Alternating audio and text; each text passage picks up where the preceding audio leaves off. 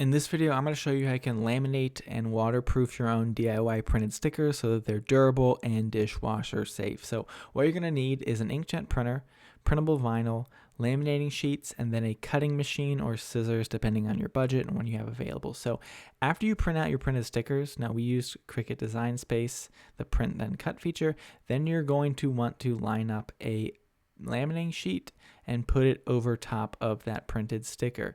So before you cut anything, you're going to want to take out your laminating sheet, peel back that layer so you see the crystal clear PVC laminate, and then you're going to want to line it up with your printed vinyl with the stickers already printed, and then you're going to smooth it out with a squeegee or a credit card like you see me use here, so you get all those bubbles out and it looks nice. So after you lay that laminating sheet down, what I did is I put matte tape over those cut lines so that my Cricut machine could read the cut lines, and we used poster board as the cut thickness, so it cuts all the way through the laminate, the printable vinyl, and the backing sheet. So you can see the Cricut machine go to work here.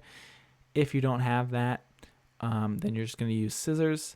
And you can see that the laminating sheet has been laid down, the stickers have been cut, and then we're going to use this little hook tool to peel out around the stickers. Now, I just decided to, go crazy and rip off the laminate and the extra sheet there, but once you have your printed stickers laminated, then you can just remove them gently, and this is how they'll turn out if your Cricut is dialed in. If you don't have a Cricut machine, you'll obviously use scissors, but there it is laminated. And then we also have the backing sheet that we can remove. So right now the backing sheets are intact. The vinyl has been printed on of those cool little assassin ducks. And then we're just picking them out one by one with the backing sheet still intact in case you want to take them somewhere and then put them on.